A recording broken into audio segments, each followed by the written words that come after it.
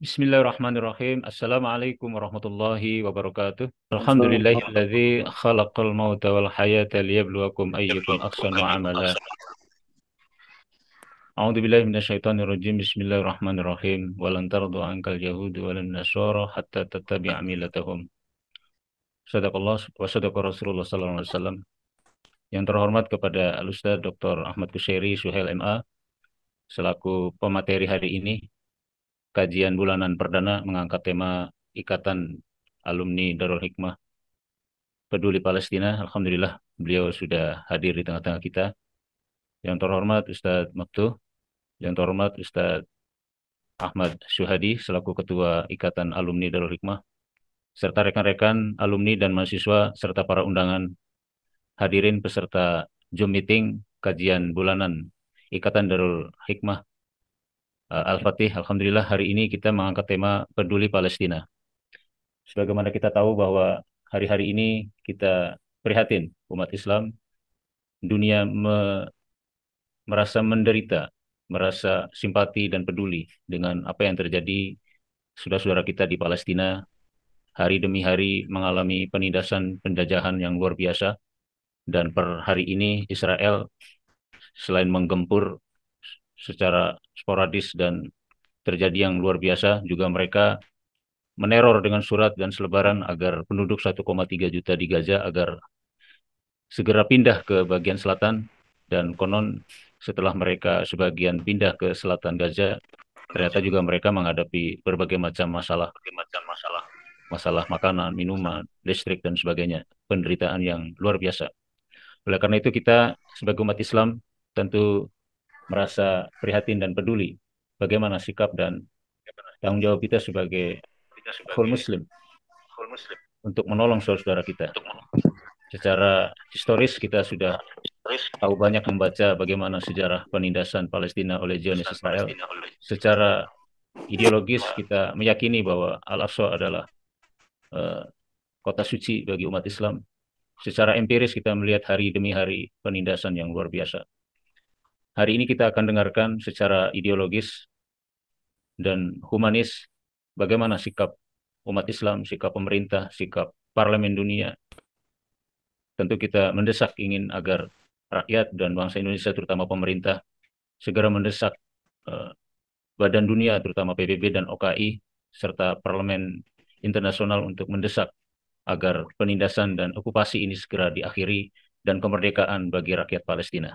Untuk itu, mari kita dengarkan acara Zoom Meeting Peduli Palestina.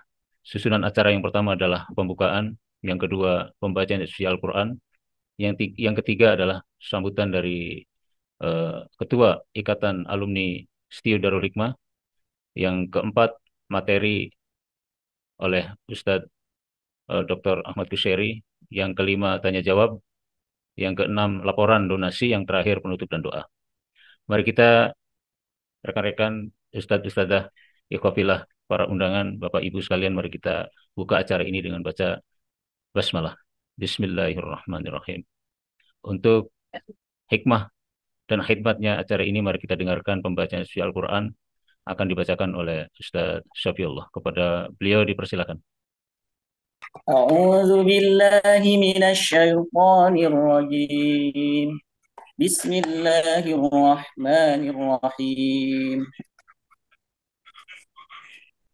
يا أيها الذين آمنوا توبوا إلى الله توبة نصوحا عسى ربكم أن يكفر عنكم سيئاتكم ويدخلكم جنات تجري من تحتها الأنهار يوم لا يخزي الله النبي والذين آمنوا معه نورهم يسعى بين أيديهم وبأيمانهم يقولون ربنا أتمم لنا نورنا واغفر لنا إنك على كل شيء قدير يا أيها النبي جاهد الكفار والمنافقين واغلظ عليهم يا أيها النبي جاهد الكفار والمنافقين واغلظ عليهم ومأواهم جهنم وبئس المصير. Untuk selanjutnya adalah sambutan Ketua Ikatan Alumni Setia Darul Hikmah akan disampaikan oleh Ustadz Ahmad Syuhedi. Berikut pernyataan sikap Ikatan Alumni terhadap kejadian Perang Israel-Palestina. Kepada Ustadz Ahmad Syuhadi, waktu dan tempat dipersilakan. Assalamualaikum warahmatullahi wabarakatuh. Alhamdulillahilladzi wassalatu ala nabi Mustafa habibina wa ala alihi washabihi ajmain amma ba'du. Ahlan wa sahlan bi hudurikum fi majlis ilmi Ikatan Setiu Darul Hikmah. Sebelumnya ana mohon maaf karena ana masih dalam perjalanan, tapi tanpa mengurangi rasa hormat uh, kami sempatkan untuk bertatap muka dengan teman-teman sekalian. Ya, alhamdulillah segala puji bagi Allah Subhanahu wa taala yang telah memberikan nikmat kepada kita sehingga kita masih bisa berkumpul kembali dalam majelis ilmu yang perdana dari kegiatan Ikatan Alumni Setia Hikmah di kepengurusan yang baru. Salat serta salam marilah kita haturkan kepada junjungan kita Nabi Muhammad SAW. Dan semoga kita menjadi umatnya yang mendapatkan syafaatnya nanti di yaumul qiyamah. Amin amin ya rabbal alamin. Sebelumnya yang kami hormati Ustadz Luna Dr. Husairi Habibullah yang telah menyempatkan waktunya bagi kita semua untuk memberikan ilmu kepada kita mengenai masalah keadaan Palestina yang saat ini sedang booming. Dan kami juga memohon kepada teman-teman sekalian untuk saling mendoakan di antara kita, terutama kepada saudara-saudara kita di Palestina. Semoga perjuangan rakyat Palestina merupakan perjuangan yang diridhai Allah Subhanahu wa taala. Amin. Selaku dari itu, kami atas nama Ikatan Alumni Setiu Darul Hikmah menyatakan bahwa kami mendukung perjuangan rakyat Palestina dengan doa maupun dana yang kami akan berikan, ya, insya Allah yang nanti akan disampaikan oleh teman-teman kita terkait dengan dana. Dan yang kedua, kami memohon kepada pemerintah Republik Indonesia agar mendesak Dewan PBB untuk segera mengambil langkah-langkah politik dan diplomatik dengan melibatkan pihak-pihak terkait, khususnya yang terjadi antara Israel dan Palestina untuk menghentikan perang, serta mengeluarkan resolusi agar kemerdekaan diberikan kepada Palestina, serta UNHCR dan mendesak negara-negara organisasi konferensi Islam atau OKI, serta forum parlemen dunia dan bekerja mendesak PBB untuk membantu para korban perang di Palestina. Lalu menyerukan kepada umat Islam untuk memanjatkan doa dan sholat ghaib bagi kaum muslimin yang menjadi korban perang, serta memohon kepada Allah agar perang segera berakhir dan kemerdekaan segera terwujud bagi rakyat Palestina. Dan yang terakhir, kami mendukung perjuangan Palestina serta siap membantu sesuai kemampuan dan bekerjasama dengan berbagai pihak yang dapat dipercaya untuk membantu masyarakat sipil yang menjadi korban perang, terutama anak-anak dan perempuan, melalui penggalangan dana untuk rakyat Palestina. Untuk itu, marilah kita saling bahu-membahu, ya, saling mendoakan, dan juga memberikan dana yang terbaik buat mereka sehingga Palestina bisa merdeka. Insya Allah kita juga akan mendengarkan tausiah dari guru kita, Ustadz Husairi, dan semoga bermanfaat buat kita semua. Akhirul kalam, wassalamualaikum warahmatullahi wabarakatuh. Waalaikumsalam warahmatullahi wabarakatuh. Jazakallah khair kepada Ustadz Ahmad Syuhadi yang sudah menyampaikan sambutan atas nama Ikatan Alumni Setia Darul Hikmah Al-Fatih periode 2023-2025 serta pernyataan sikap alumni terhadap terjadinya perang Israel-Palestina. Semoga rakyat Palestina mendapatkan kemenangan, mendapatkan pertolongan dari Allah Subhanahu wa taala. Assalamualaikum warahmatullahi wabarakatuh. Waalaikumsalam warahmatullahi wabarakatuh. Alhamdulillah. Alhamdulillah wa kafa. Wassalatu wassalamu ala nabiyil mujtabah. Sayyidina Muhammad bin Abdullah al-Mustafa wa ala alihi wa ashabihi ahli sidqi wal wafa. Amma ba'd. Faqala ta'ala fi kitabil karim, a'udzu billahi minasyaitonir rajim. Subhanalladzi asra bi'abdihi lailan minal masjidil haram ilal masjidil aqsa alladzi barakna haulahu linuriyahu min ayatina innahu huwas samiul basir. Shadaqallahul azim. Ikhwani wa akhwati fillah, hafizakumullah, para alumni Studio Darul Hikmah dan juga hadirin hadirat yang mungkin ya, dari luar yang ikut membersamai kita dalam kajian pada malam hari ini. Alhamdulillah, tsumma alhamdulillah. Kita bersyukur pada Allah Subhanahu wa taala ya, atas begitu banyak nikmat yang Allah berikan kepada kita, nikmatul Islam, nikmatul iman, nikmatul Quran, nikmatul ukhuwah, wa nikmatus siha wal afiyah, nikmat sehat wal afiat, wa kadzalika nikmatul amni was salamah, nikmat keamanan, keselamatan. Karena kita bisa melakukan kajian melalui Zoom ini dengan tenang, damai, tentram ya. Sementara saudara-saudara kita yang kita bicarakan dalam tema kali ini, mereka ya, hidupnya terancam, gerak-geriknya tidak pernah ya, menjamin kehidupannya. Sewaktu-waktu bisa saja mereka menjadi korban ya, pengeboman dari kebrutalan Israel yang kita saksikan ya, sudah tidak lagi memperdulikan seruan-seruan organisasi internasional, PBB dan yang lainnya untuk menghentikannya. Tetapi yang dilakukan sekarang kita lihat adalah bombardir yang ya, ngawur dan menimpa begitu banyak, bukan hanya penduduk sipil, tapi juga sudah mengenai rumah sakit, bahkan tempat ibadah, masjid, dan seterusnya. Karena itu sekali lagi kita bersyukur pada Allah Subhanahu wa taala, karena ya, Allah Subhanahu wa taala telah banyak memberikan nikmat kepada kita dibanding dengan saudara-saudara kita yang lain. Ikhwani wa akhwati fillah, hafizakumullah. Ya. Al-ihtimam bi qadhiyah Filistin wal Aqsa. Perhatian, atensi kita terhadap problematika yang dihadapi oleh saudara-saudara kita di Gaza, di Palestina, dan Masjidil Aqsa adalah perhatian yang berangkat dari muntolak imani, dari titik tolak keimanan kita kepada Allah Subhanahu wa taala.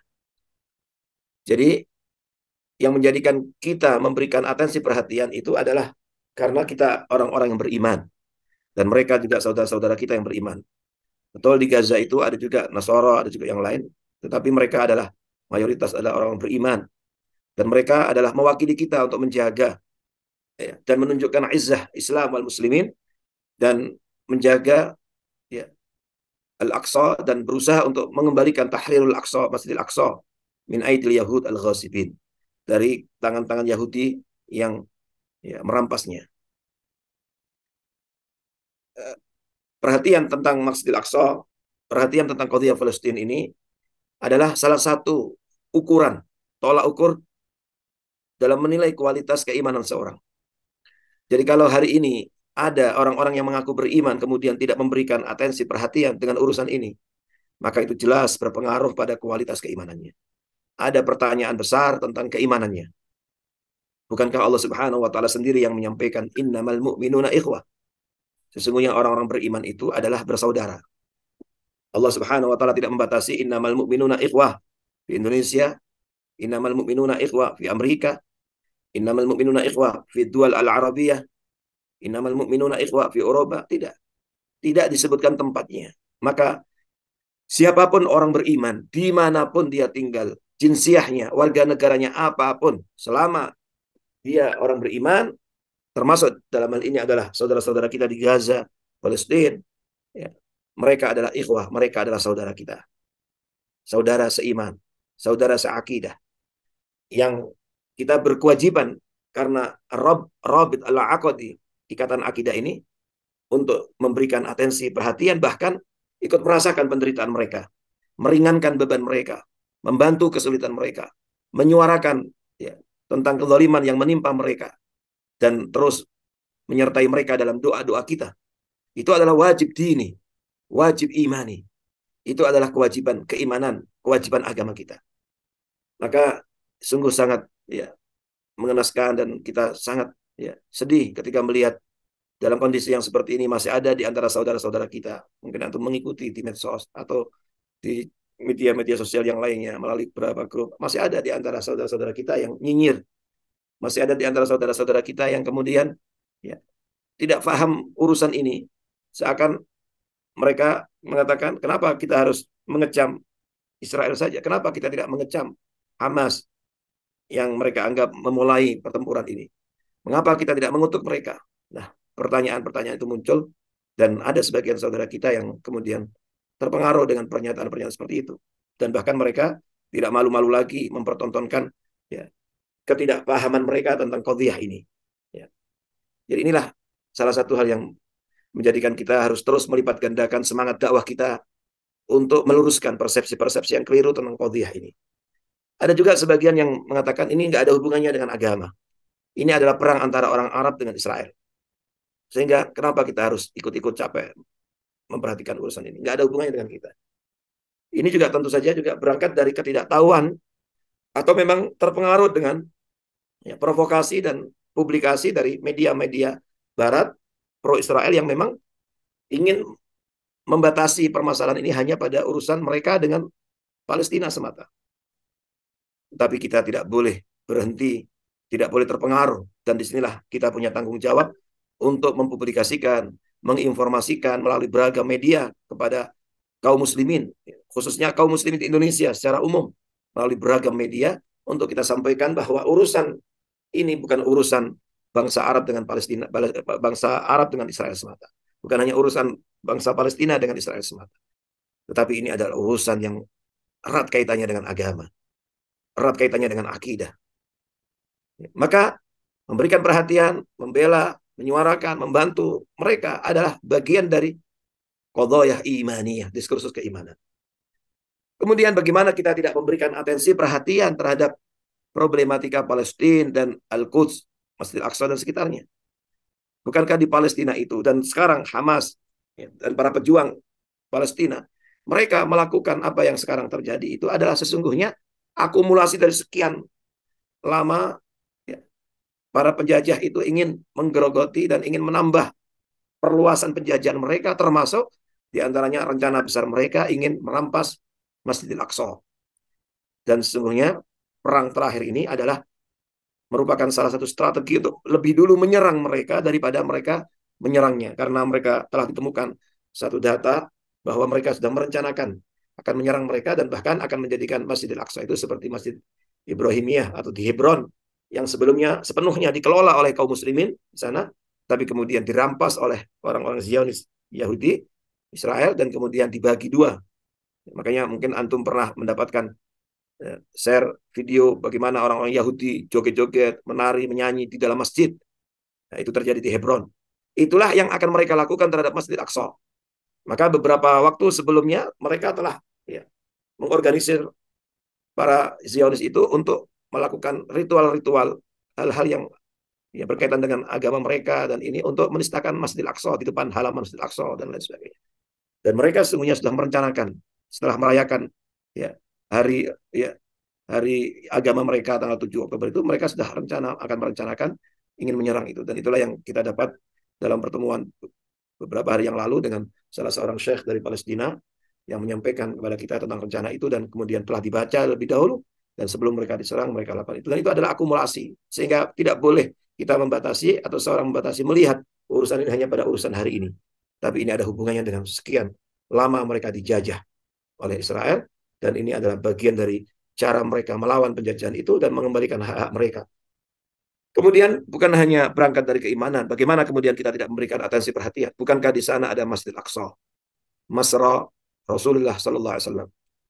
Masjidil Aqsa adalah kiblat pertama kaum muslimin. Sahabat Barra bin Malik bercerita dalam hadis sahih yang diriwayatkan Imam Bukhari, "Shalaina ma'a Rasulullah Sallallahu Alaihi Wasallam." Kita dulu salat bersama dengan Nabi Sallallahu Alaihi Wasallam selama kurun waktu 16 bulan, wa fi riwayat 17 bulan, atau 17 menghadap Masjidil Aqsa.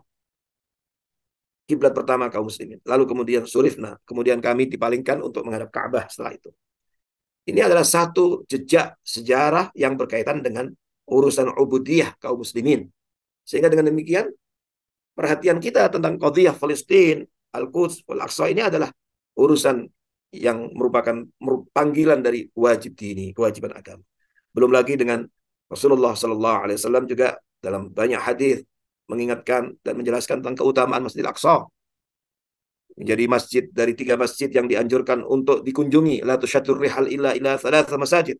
Tidak dianjurkan dengan sungguh-sungguh mengunjungi masjid di dunia ini kecuali 3. Salah satunya adalah Masjidil Aqsa, setelah Masjidil Haram, Masjid Nabawi. Dan banyak hadis yang lain juga menjelaskan tentang keutamaannya. Jika salat di Masjidil Haram 100.000 kali pahalanya dibanding masjid yang lain. Jika Masjid Nabawi 1000 kali dibanding masjid yang lain. Maka Masjidil Aqsa ada riwayat mengatakan 250 kali, ada yang mengatakan 500 kali.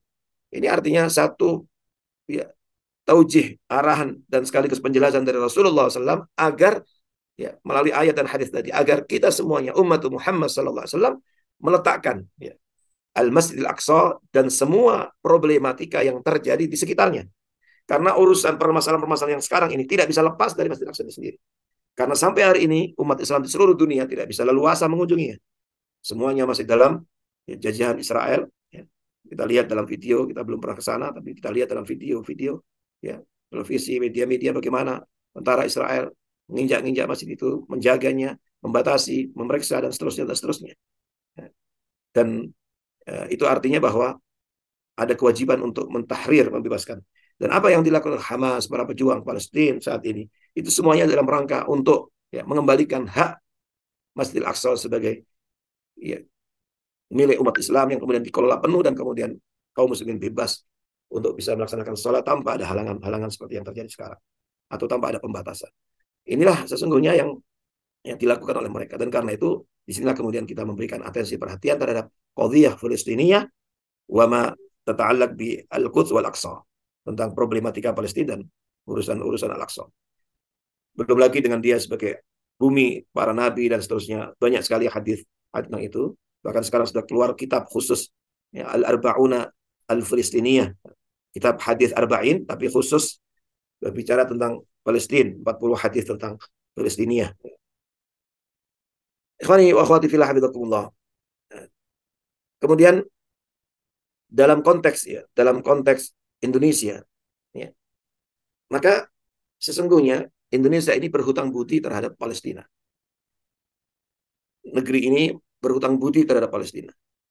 Sejarah mencatat, dan ini sering sudah didokumentasikan dalam beberapa referensi buku agama, buku sejarah, bagaimana ya, sebelum Indonesia merdeka di bulan September 1944, seorang mufti besar Palestina, Syekh Muhammad Amin Al-Husaini, itu beliau, padahal waktu itu kita masih dijajah Jepang dan belum merdeka, itu beliau sudah menyemangati banyak negara, berbicara di radio, dalam berbagai macam bahasa, dalam berbagai macam kesempatan. Beliau mengajak bangsa-bangsa kaum muslimin di berbagai macam negara untuk mengakui dan menyemangati kemerdekaan Indonesia.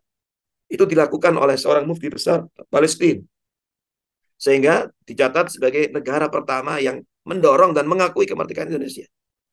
Nah, kalau sudah urusan seperti ini berarti ada kewajiban historis, kewajiban sejarah yang menjadikan kita berhutang budi.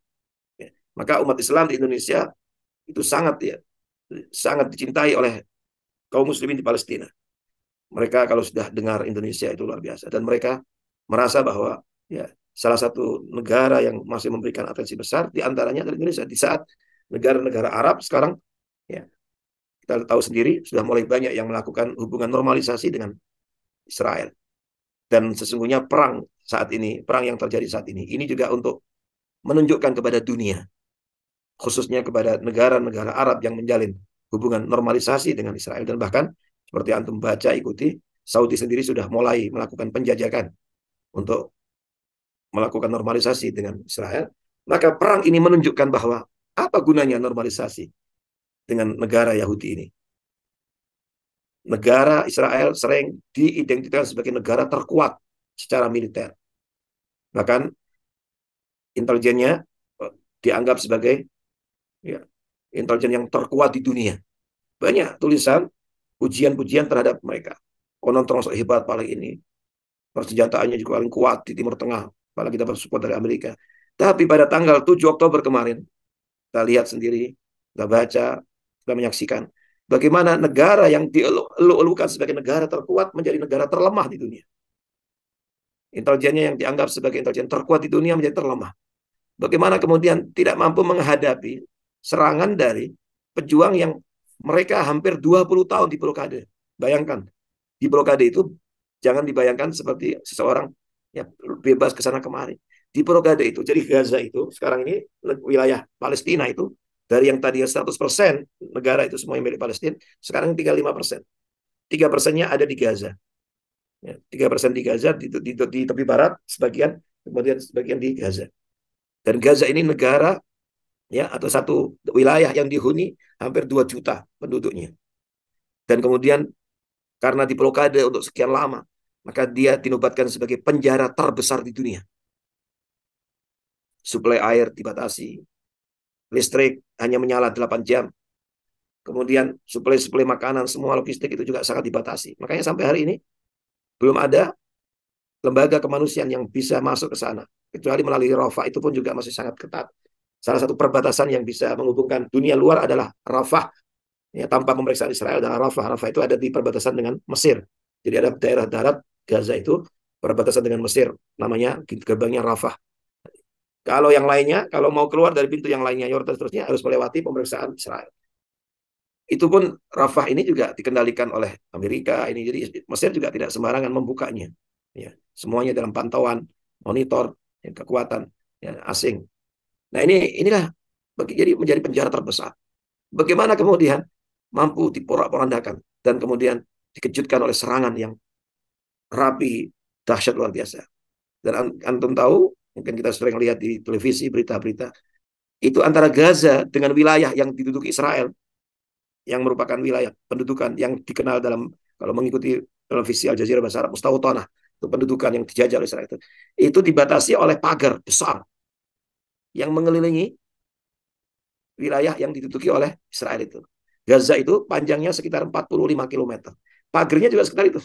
Bayangkan, pagar besar 45 km. Dan pagernya itu, kemarin saya itu cerita, pagernya itu menancap kedalamannya ke bawah itu 3 meter lebih. Belum lagi ke atas. Jadi bukan hanya ke atasnya. Kalau kita lihat pagar kan ke atas. Itu enggak, dia menancap ke bawah. Jadi ada pondasi ke bawah. Kenapa? Karena para pejuang Palestina di Gaza itu terkenal pandai membuat terowongan. Maka mereka khawatir kalau ditinggikan ke atas sementara bawahnya tidak dicor ke bawah dalam 3 meter.